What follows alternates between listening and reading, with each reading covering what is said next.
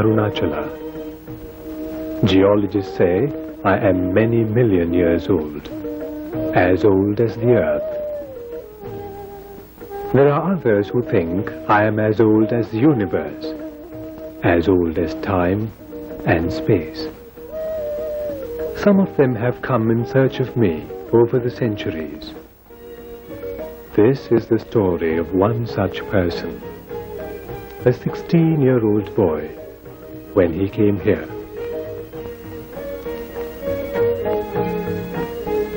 Who am I? He realized I was he, and he was me.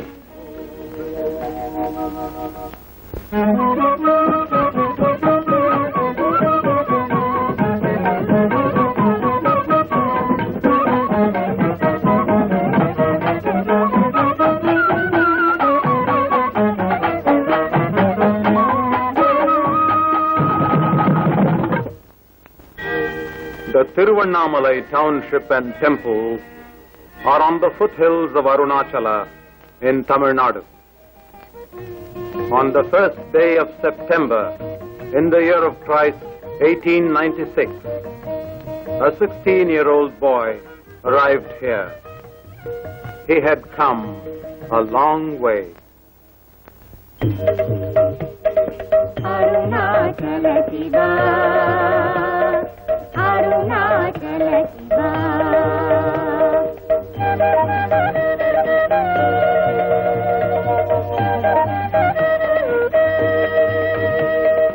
Arunachala Shiva, Arunachala Shiva.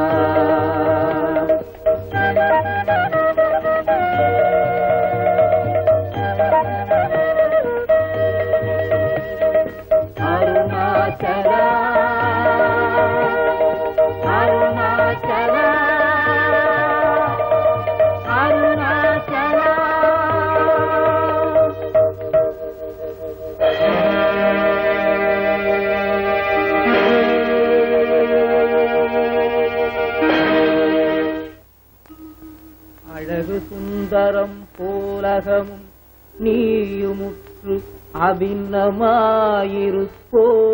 Arunachala. தூய் மனமொழியற் தோயுமுன் மெய்யகம் தோயவே அருளென் Arunachala.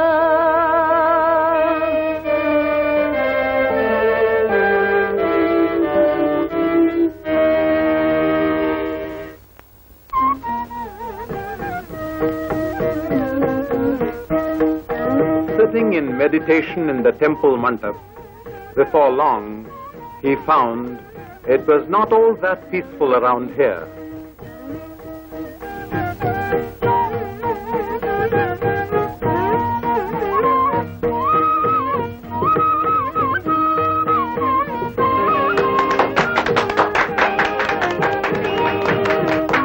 The boy then discovered for himself an underground cellar in the mandap.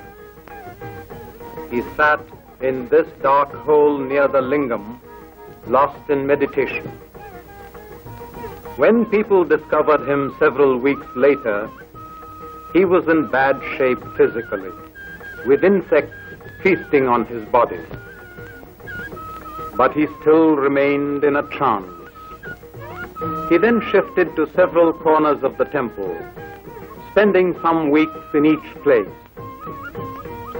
He had not spoken a single word to anybody since he had arrived in Tiruvannamalai.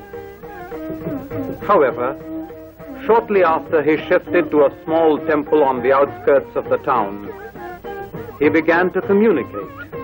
He wrote out answers to devotees' questions. It was during these sessions that the boy's earthly identity was revealed. Venkataraman of Tiruchuri village near Madurai. His uncle found his whereabouts and attempted his best to call him back. The reply was implied in the boy's silence. Even as Ardra Darshan was being celebrated in the Shiva temple at Tiruchuri village, On 30th December 1879, Venkataraman was born in this modest house.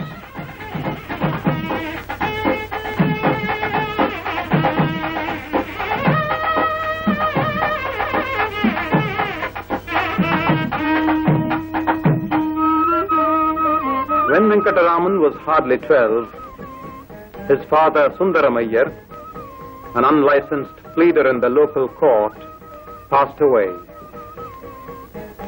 With his elder brother, Venkataraman shifted to Madurai, to his uncle's house.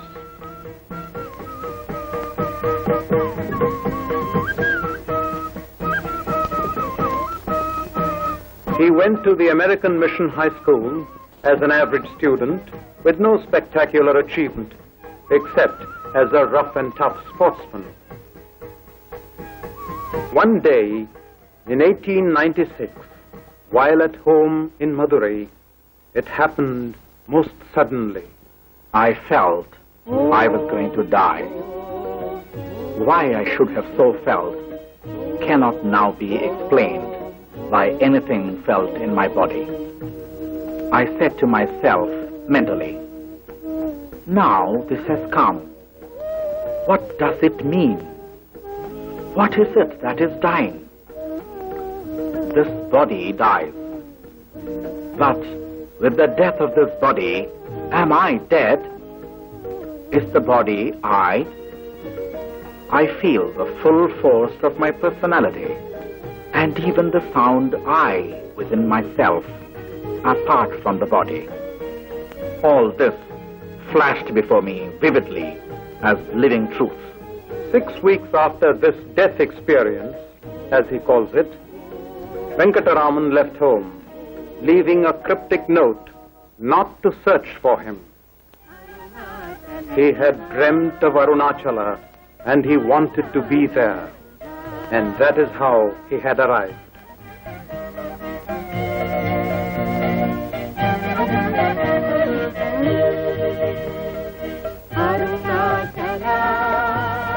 Soon after the uncle left Tiruvannamalai, the young sage moved his residence to another small temple on a hillock.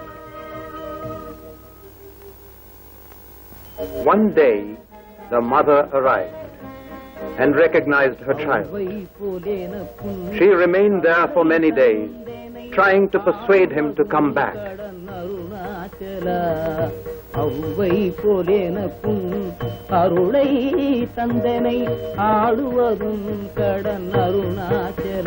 But she had to go back alone.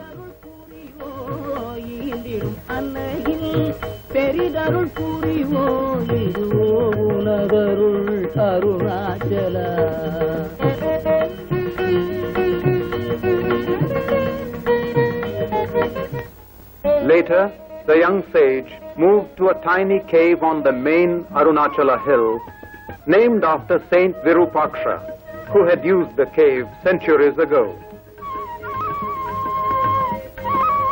This cave became his residence for several years. His extreme austerity began to attract a considerable following. He knew the hills intimately and spent time in different caves and other parts of the hill.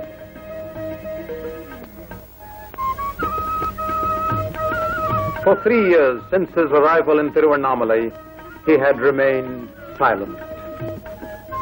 And now, a new phase started, when in response to ardent devotees' requests, he began to talk, sometimes giving discourses.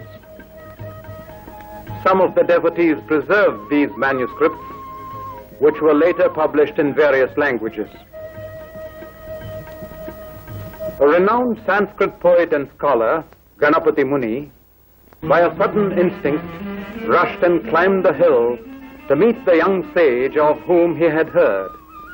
The meeting and the advice received from the youth deeply touched the scholar.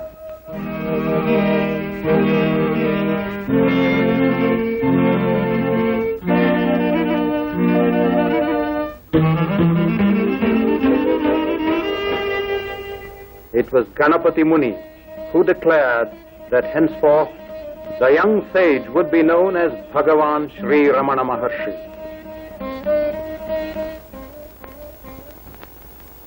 As disciples came from far and near, the word spread.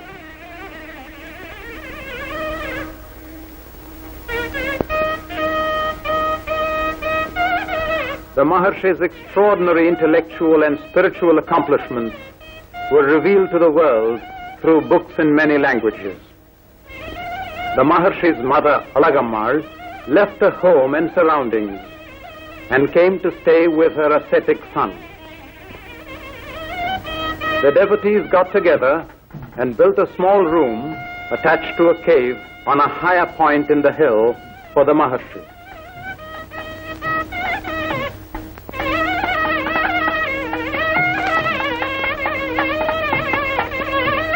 From 1916, for about 7 years, Skandashramam became the Maharshi's abode.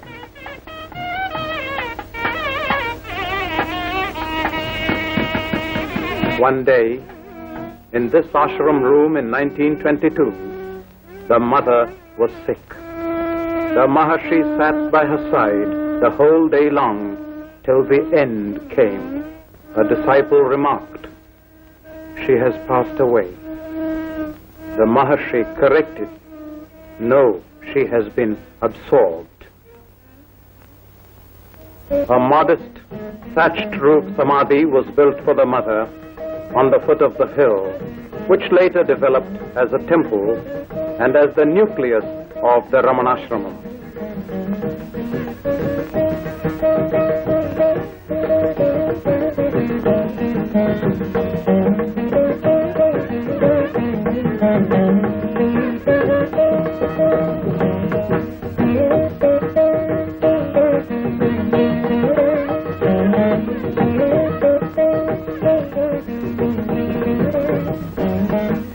In his eyes, there was no discrimination whatsoever of caste, creed, religion, or race.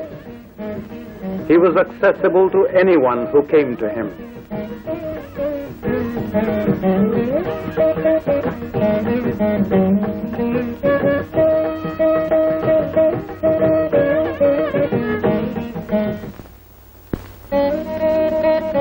Bhagavan Sri Ramana Maharshi's message and teaching is simple and direct.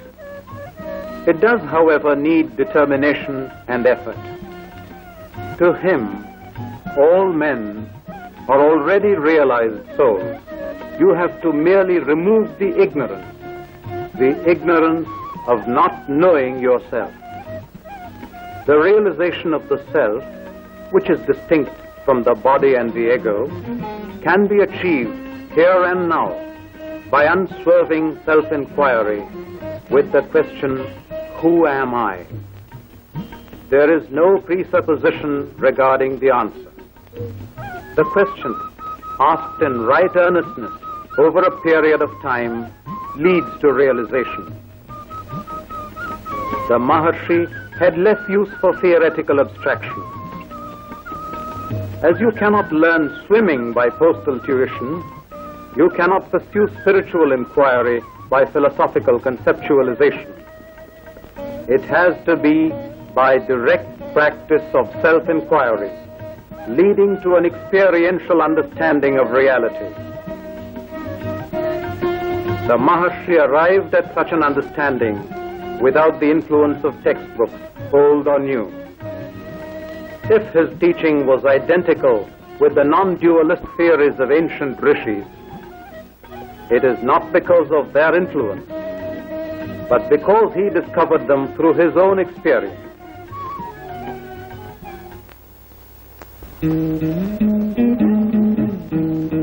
Indeed, Bhagavan's grace extended beyond the human family.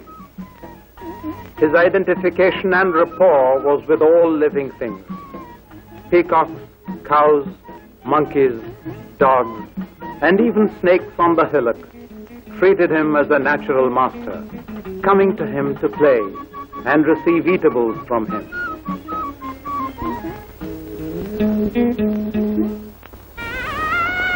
In 1949, the Maharshi's physical condition began to deteriorate. He underwent an operation for tumor, which was found to be malignant. The Maharshi never asked for treatment, but allowed his disciples to have their own way. In spite of excruciating pain, he remained smiling and calm.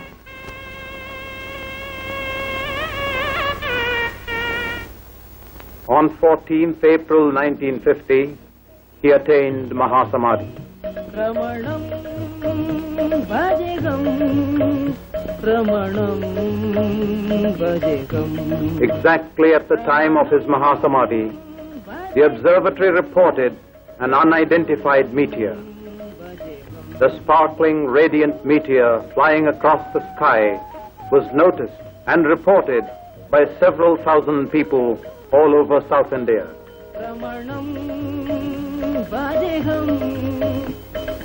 He had laughed and said, But if you cease to identify yourself with the body and realize the true self, this confusion will vanish.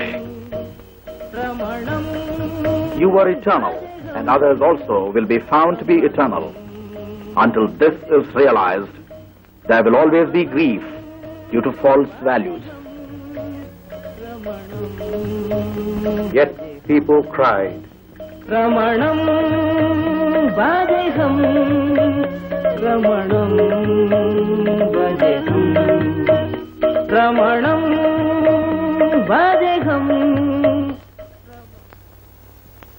to his devotees, he is still very much there in the ashram. His presence is deeply felt.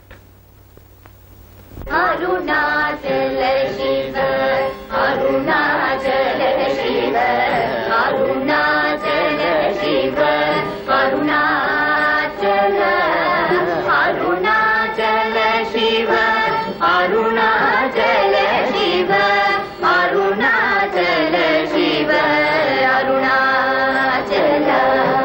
கண்ணுக்கு கண்ணாய் கண்ணின்றி காணோனே காணுவதேவர் பார் அருணாச்சல காந்தமிரும்பு போல் கவர்ந்தேனை விடாமல் கலந்தே நொடிருப்பாய் அருணாச்சல